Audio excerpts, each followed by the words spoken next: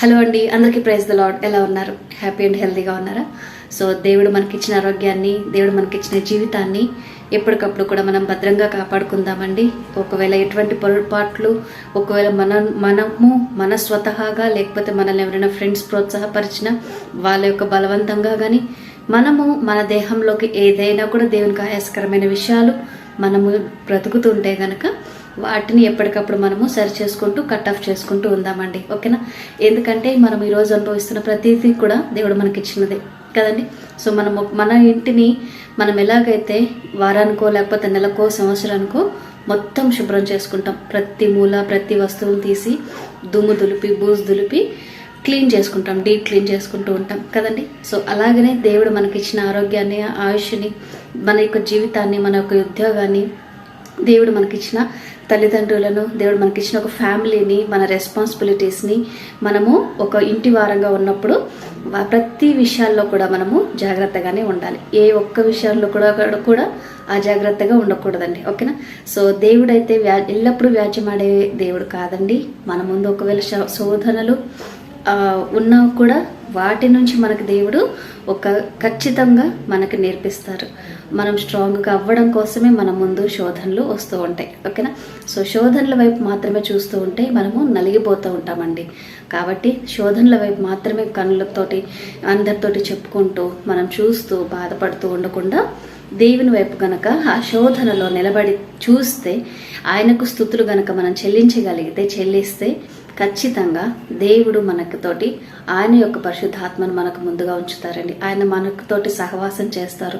మనం ఎటు నడవాలి, ఎవరితో ఎలా మాట్లాడాలి, సో మంచి ఒక కంఫర్ట్ని దేవుడు మనకు దయచేస్తారు. ఓకేనా? సో ఎవరు కూడా ఒంటరిగా ఉన్నాము అననే కానీ, లేకపోతే చాలా సమస్యల్లో ఉన్నాను అననే కానీ అస్సలు అనుకోవద్దు. ఓకేనండి? ఎందుకంటే ఆ సమస్యలు మనకు ఒకవేళ అనుకుంటూ ఉంటాం కదా ఇండివిజువల్గా, నాకే ఇన్ని సమస్యలు ఉన్నాయని. అప్పుడు కూడా మనం ఒకటే గుర్తు తెచ్చుకుందాము. మనం చాలా ఇన్ని ఇయర్స్ వరకు మనకు ఇంత ఏజ్ వచ్చిందనంటే ఇన్ని సంవత్సరాల్లో చాలా వాక్యాలు వినుంటాము, చాలా వచనాలు వినుంటాము, చాలామంది భక్తుపరులు, చాలామంది పాస్టర్స్ ద్వారా మనకు అనేక గద్దింపులు మనం వినుంటాము, ఎంతో సువార్త చేసి ఉంటాము, తెలియకుండానే ఆయనకు ఎంతో స్తుతులు చెల్లించి ఉంటాము, ప్రేయర్స్ చేసి ఉంటాము, పాటలు పాడి ఉంటాము కదండి. సో ఒక చర్చ్ మెంబర్స్గా నిలబడి ఉంటాము కదా.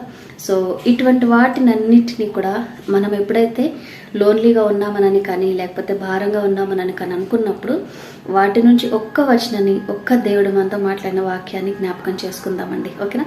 సో నిన్ను విడువను, నిన్ను ఎడబాయను కదండి.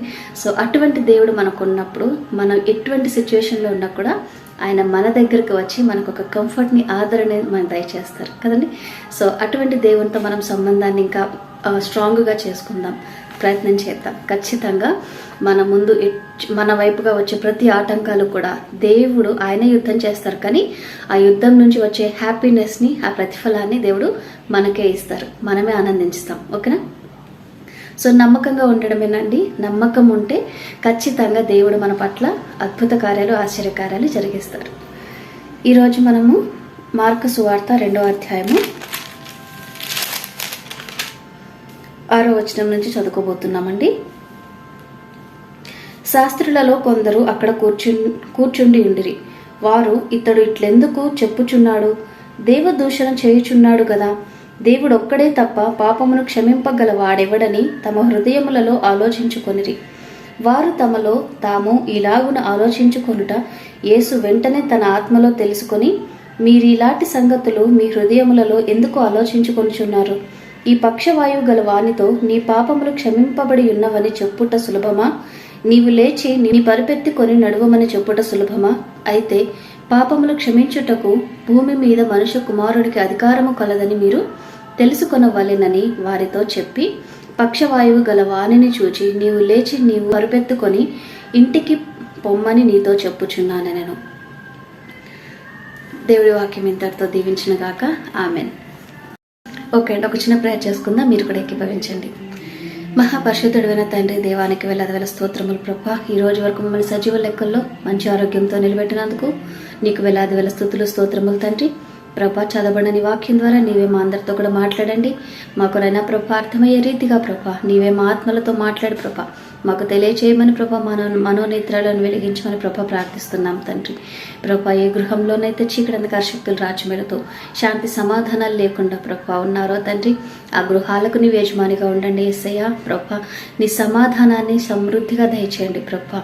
నేను ఆ తండ్రి చిన్న బిడ్డలతో ఉంటుండగా ప్రభా గృహాలలో ప్రభా నెమ్మదిని, సమాధానాన్ని, శాంతిని దయచేయండి ప్రభా యేసయ్య. ప్రభా నేను ఫైనాన్షియల్ ఇరుకులు ఇబ్బందులతో ఉన్న వారిని జ్ఞాపకం చేసుకోండి తండ్రి. ప్రభా వారికి నేను నీ యొక్క గుప్పులు విప్పి సహాయం దయచేయండి ప్రభా.